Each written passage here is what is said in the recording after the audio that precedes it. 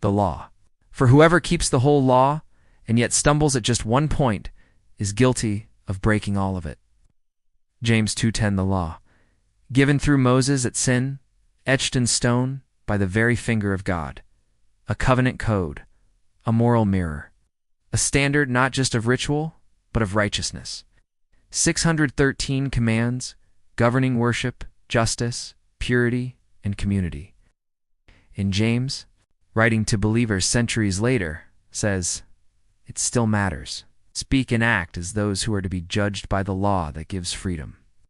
James 2:12, he is not calling us back to empty rule-keeping. He is calling us to honor the heart of the law.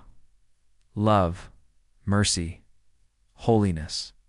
James reminds us that the law is not a buffet we cannot pick and choose.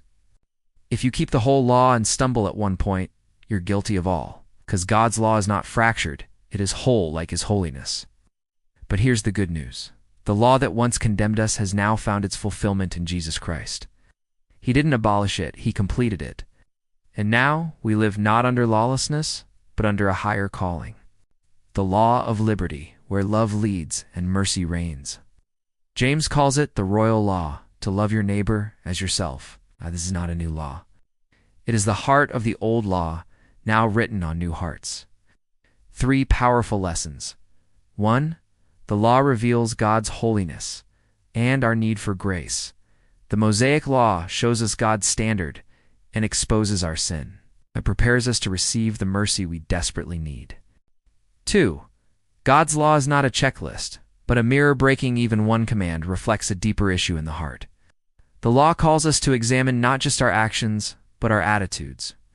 3. In Christ, the law becomes liberty, not burden through Jesus. The law is fulfilled. And we are empowered to obey, to earn God's love, but because we already have it.